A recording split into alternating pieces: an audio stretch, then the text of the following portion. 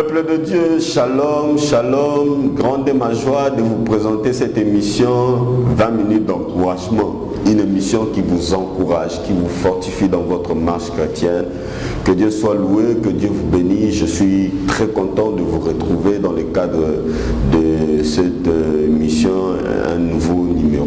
Alors je vous prie de baisser vos têtes avec moi pour recommander ces instants entre les mains du Seigneur. Tendre Père, nous voulons écouter ta parole. Ta parole déclare que ta parole est une lampe à nos pieds pour nous guider dans nos sentiers. Seigneur, que ta parole nous éclaire encore davantage. Qui suis, Seigneur, un simple homme, un simple humain avec des lacunes et des manquements. Sers-toi de moi pour parler de ta part. Au nom de Jésus. Amen. Alors, nous sommes à notre 4e séance. Nous parlons du plan de Dieu. Dieu a un plan pour tout un chacun de nous. Il a planifié dans l'éternité nos vies avant que nous puissions exister sur la terre. Nous avons parlé longuement de cela et vous pouvez suivre nos précédents enseignements sur ce thème dans notre compte YouTube, Frère Francis Chimanga. Abonnez-vous, vous pouvez suivre cet enseignement. Il y en a déjà de précédents enseignements, je ne sais pas récapituler, faute de temps.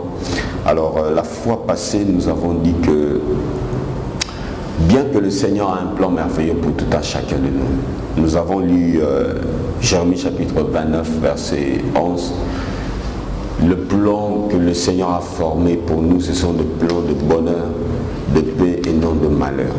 Le Seigneur a un plan merveilleux pour nous. Bien qu'il a ces plans-là, ça n'exclut pas la souffrance. Ça n'exclut pas la souffrance. Le plan de Dieu n'exclut pas la souffrance. On a généralement entendu que si tu es chrétien, tu ne dois pas souffrir. Mais laissez-moi vous dire que c'est un mensonge du diable. Ce n'est pas vrai. Le chrétien est appelé à souffrir. Je vous ai dit que tout celui qui a marché avec Dieu, que ce soit dans l'ancienne alliance ou dans la nouvelle alliance, a connu la souffrance. Qu'on ne vous trompe pas. Tous ceux qui ont marché avec Dieu, que ce soit dans l'ancienne alliance ou dans la nouvelle alliance, tout le monde a connu la souffrance. Qu'on ne vous trompe pas. La vie chrétienne n'est pas une ligne horizontale. La vie chrétienne n'est pas une ligne droite. Elle est en dents d'ici. Tantôt vous montez, tantôt vous descendez. C'est ça la vie. Tant qu'on est sur la terre, on est appelé à connaître des souffrances. On est appelé aussi à connaître des moments de joie. Et c'est au ciel qu'on n'aura pas de souffrance. Bien aimé, si tu fuis la souffrance pour chercher la joie, oui, tu l'auras. Le bonheur, tu l'auras. Mais ce bonheur-là, cette joie temporaire-là, va t'amener dans une souffrance atroce. Accepte de souffrir un moment pour te réjouir pour une durée indéterminée. C'est à toi le choix. Alors, nous allons lire pour illustrer cela dans Deutéronome chapitre 8. Nous sommes toujours dans l'ancienne alliance. Je suis en train de faire le pont entre l'ancienne alliance et la nouvelle alliance pour vous montrer que la souffrance est une obligation pour ceux-là qui marchent avec Dieu. C'est une obligation. C'est dans le plan de Dieu. C'est dans le plan de Dieu qu'on souffre, qu'on connaisse les moments difficiles. Deutéronome chapitre 8. À partir de, on va lire 2 versets, on va lire une partie parce que je suis en train d'expliquer pourquoi la souffrance. Mais bon, je vais lire juste une séquence de ces versets-là pour vous illustrer que la souffrance fait partie de la vie de ceux-là qui marchent avec Dieu. La souffrance. Deutéronome chapitre 8, verset 3. Il s'agit de Dieu qui parle. Il dit, il t'a humilié. Est-ce que quand on t'humilie, ça te fait plaisir? Ça te réjouit les cœurs. Dieu a humilié son peuple. Voyez-vous, il a humilié son peuple. C'est Moïse qui est en train de parler, qui est en train de rappeler aux enfants d'Israël ce qu'ils ont connu pendant 40 ans dans le désert. Il dit, pendant ces 40 ans, Dieu t'a humilié. Mon frère, Dieu va t'humilier. Dans la marche chrétienne où tu marches là, ah oui, je vais vous dire que la vie chrétienne n'est pas toujours facile. Vous pensez que tel que moi je prêche ici, tout va bien dans ma vie. Il Il y a des moments où j'ai envie de jeter l'éponge. Il y a des moments où moi j'ai dit, Seigneur, je n'en peux plus. Cette vie, je n'en peux plus. Laisse-moi faire ma vie. Tu m'as appelé pourquoi? Il y a des moments où j'ai dit à Dieu, j'en ai ras-le-bol. Mais il y a des moments où il me fortifie pour continuer dans la marche. Donc, le Seigneur dit, il t'a humilié. Écoutez la suite. Il t'a fait souffrir de la faim. Je m'arrête là. Je vais vous dire pourquoi le Seigneur nous fait souffrir.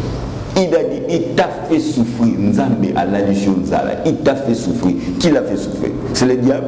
Non, c'est Dieu. Quand on vous dit là, oh non, la souffrance vient du diable, il faut les démons, ce sont les démons, mensonges du diable, mes frères et sœurs. Ce n'est pas vrai. Un chrétien ne peut pas être possédé par des démons, c'est faux. Quand tu es un chrétien, tu as le Saint-Esprit. Et le Saint-Esprit va habiter dans la même atmosphère avec les démons. C'est ce qu'elle doctrine. C'est de l'hérésie.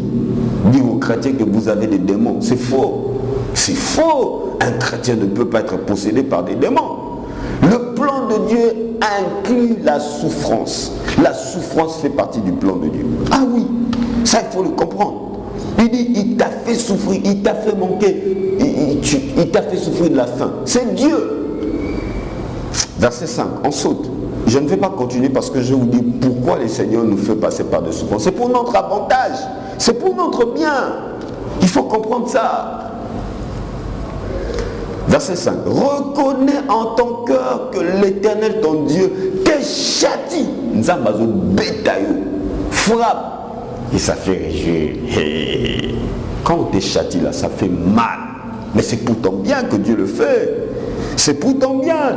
Chrétien, la vie chrétienne n'est pas toujours alléchante. La vie chrétienne qu'on nous présente aujourd'hui, prospérité, camon, arraché. Ça, c'est pas la vie chrétienne. La vie chrétienne, il y a des moments de pleurs, il y a des moments de souffrance. On va continuer. Écoutez, il y a des gens qui ont dit Christ a déjà souffert pour qu'on ne souffre pas. Faux, mensonge. Christ a souffert pour que nous souffrons aussi. Mais je vais vous montrer dans la parole. Je ne suis pas ici pour prouver qui que ce soit, mais je suis en train ici pour vous éclairer que la souffrance fait partie de la vie chrétienne. La souffrance, ça fait partie de la vie chrétienne. Comprenez ça. Matthieu chapitre 16, le verset 24. Écoutez ce qu'il est dit. J'aime ce texte. Alors Jésus dit à ses disciples, si quelqu'un veut venir après moi, qu'il renonce à lui-même, qu'il se charge de sa croix. Quand tu te charges de ta croix, là tu ris. Hey. La croix, c'est bien de porter la croix, c'est sucré de porter la croix, c'est bien. Ah oui, la croix ça fait mal. La croix c'est dur. La croix c'est pénible. Mais le Seigneur te dit porte ça. Porte ça, c'est ça ta mission. C'est ça ta mission. Porte la croix. C'est ça la vie chrétienne. Et ça fait souffrir. Je vous dis, si aujourd'hui, je me rends compte que la plupart des gens qui partent à l'église ne sont pas chrétiens. Nos églises sont remplies de païens, de mondains. Ben, laissez-moi vous dire la vérité, des mondains, des gens charnels. Je ne juge personne, je ne condamne personne. Mais la vie chrétienne, c'est la souffrance. Ben oui, c'est la souffrance. Je ne fais pas l'apologie ici de la souffrance, mais c'est mélangé avec la souffrance, la joie, la tristesse, le bonheur. C'est mélangé, c'est un mélange. Bien sûr, il y a des moments de joie, on le verra. Bien sûr, il y a des moments de bonheur, bien sûr, mais ça n'exclut pas la souffrance. Écoutez un autre verset.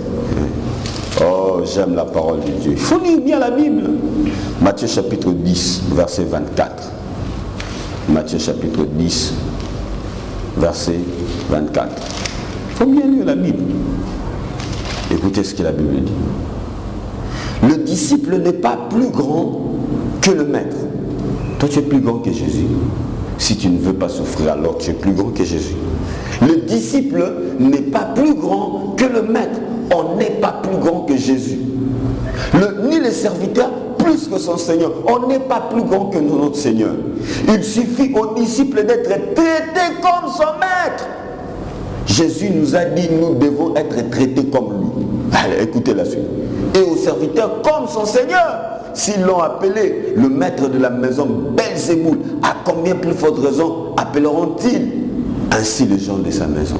Si on appelait Jésus Belzéboul, oui, on doit aussi nous insulter. Vous savez combien de fois moi je suis insulté?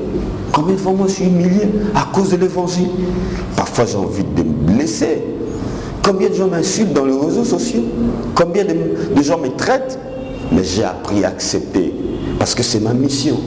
Jésus a accepté la souffrance, et il nous dit d'accepter la même chose à cause de lui. Oh bien-aimés, méfiez-vous de la doctrine de la prospérité.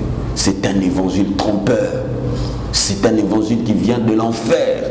Je le dis avec force. C'est un évangile trompeur. J'ai même moi-même prêché cet évangile jusqu'à ce que je me suis repenti.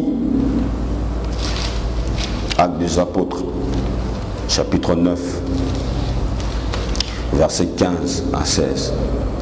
Mais le Seigneur lui dit, va, car cet homme est un instrument que je choisis pour porter mon nom devant les nations, devant le roi et devant le fils d'Israël. On parle Ananias, le Seigneur parle à Ananias. Vous connaissez bien ces versets. Il parle à Ananias concernant la conversion de Saul, qui est devenu Paul plus tard. Écoutez le verset C. Et je lui montrerai tout ce qu'il doit souffrir pour mon nom. Tout ce qu'il doit souffrir. C'est une obligation. La Bible dit doit. L'appel que Dieu te donne amène la souffrance. Quand Dieu t'appelle à de grandes choses, commence à pleurer. Fais ton deuil. Parce que tu vas souffrir. Tu vas souffrir. Avant de vivre le merveille que Dieu te promet, tu vas souffrir. Et ça sera pour ton bien. Comprenez ça?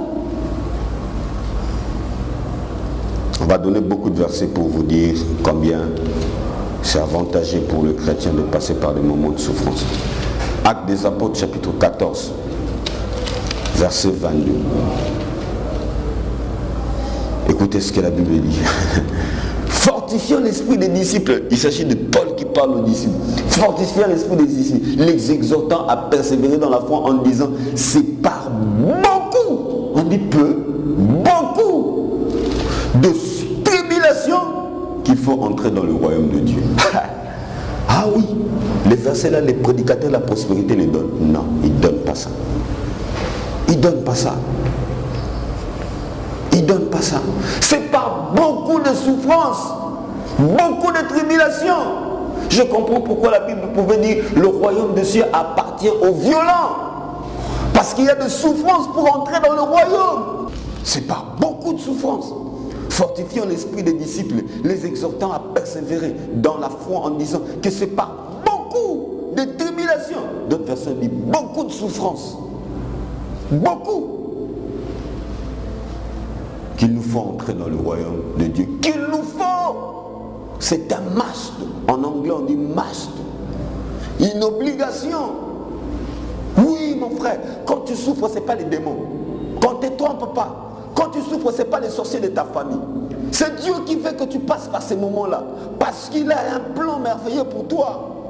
Arrêtez de chercher les prophètes pour vous faire voir les sorciers de vos familles. Arrêtez. Arrêtez d'aller voir les gens qui prophétisent, les discernent de bonnes aventures. Arrêtez. C'est Dieu qui te fait passer par ces moments. Parce qu'il a un plan. Ah oui, mes frères. Ah oui. Ah oui, bien-aimés, comprenez ça.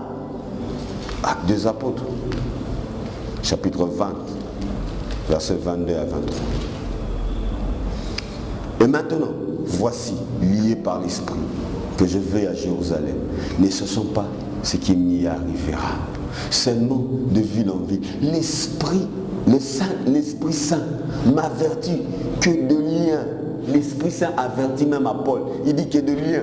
Et vous, on vous avertit, tu seras grand. Tu vas voyager. Ben, on ne vous avertit pas que vous allez souffrir. On ne vous avertit pas que vous connaîtrez des moments difficiles. On ne vous avertit pas ça. Vos prophéties là, c'est pour vous avertir des choses succulentes, pour leur donner l'offrande du prophète. Ben oui, mais c'est du mensonge, c'est de l'escroquerie. Oui, ben oui. l'Esprit Saint m'avertit que de liens et de tribulations m'attendent. Ben ça vous attend. Le lien, ça vous attend. Moi, je m'attends à tout. Je m'attends à ce qu'on m'arrête parfois pour l'évangile. Je m'attends. Ça fait partie de mon appel. Je m'attends qu'on m'insulte, qu'on m'humilie. Ça fait partie de mon appel. Je n'ai pas peur de ça. Je me réveille, je dis parfois ça va arriver. Ça fait partie de mon appel. Un dernier verset. Retenez bien ce verset, méditez-le. Hébreux chapitre 14. Hébreux chapitre 14. Hébreux chapitre, il n'y a pas Hébreux chapitre 14, Hébreux chapitre 12 plutôt, excusez-moi. Hébreux chapitre 12, verset 6 à 8. Hébreux chapitre 12, verset 6 à 8. Le Seigneur châtie celui qu'il aime. Le Seigneur fait quoi? Il châtie à Betaka. Il frappe celui qu'il aime. Ben oui. Oui. Il frappe des verges tout ce qu'il reconnaît pour ses fils. Ah oui. La verge fait quoi? Fimbou. Fimbou, chicote, ça fait quoi? Du bien. Ben c'est la souffrance. C'est la souffrance. C'est la souffrance. Supporter les châtiments. Nous devons supporter ça. Supporte la souffrance. Supporte. Ouais, mais c'est la parole. C'est la parole authentique de Dieu. C'est comme de fils que Dieu vous traite. Car quel est le fils d'un père qu'un père ne châtie pas? Quel est? Il châtie. Mais si vous êtes exemple du châtiment auquel tous on part, vous êtes donc des enfants illégitimes et non de fils. Un fils est châtié. Le véritable enfant de Dieu, il souffre. Il souffre. La souffrance peut prendre plusieurs visages. Plusieurs visages. La pauvreté. Ben oui. La pauvreté. La maladie. La déception. La trahison. L'ingratitude. Le rejet. La stérilité. Le chômage. Le célibat. La mort de notre chair. Tout ça, c'est dans les packages du plan de Dieu. C'est dans les packages. Ce sont des choses qu'on est appelé parfois à vivre. À vivre la solitude, que les gens te quittent, que les gens t'abandonnent, que les gens te manifestent l'ingratitude. Mais ça fait partie du paquet. Acceptez-le. La fois prochaine, on verra pourquoi Dieu nous fait passer par la souffrance. Parce que Dieu ne nous fait pas passer par la souffrance pour rien. C'est pour un but. Et nous verrons. Et rassurez-vous que vous aimerez la souffrance. Vous aimerez la souffrance auquel vous passerez. On va prier. Seigneur, donne-nous cette force de supporter la souffrance. C'est pas facile. Moi-même, j'en souffre. Parfois, j'ai envie d'abandonner. Soutiens-moi. Soutiens quelqu'un qui me suit en ce moment, qui a envie de lâcher prise, qui a envie d'abandonner, qui dit, Seigneur, c'est tellement dur. Seigneur, pitié, donne cette force, comme tu l'as donné à Jésus à la croix, alors qu'il voulait lâcher, il dit, Père, éloigne de moi cette coupe. Mais tu l'as fortifié et il a affronté la croix. Fortifie quelqu'un d'affronter la croix. Merci pour le plan merveilleux que tu as formé pour tout un chacun de nous. J'en suis prié au nom de Jésus. Amen. Je suis Francis Chimanga, prédicateur de la parole de Dieu. Et c'était pour moi une grande joie de vous présenter cette émission. Je remercie beaucoup notre frère Raymond Gim qui était derrière la caméra et notre frère Isaac Kitengin qui nous a assistés. Grand merci aussi à toute l'équipe technique de Cascade TV. Abonnez-vous à la chaîne Frère Francis Chimanga. Que Dieu vous bénisse. À la prochaine. Merci.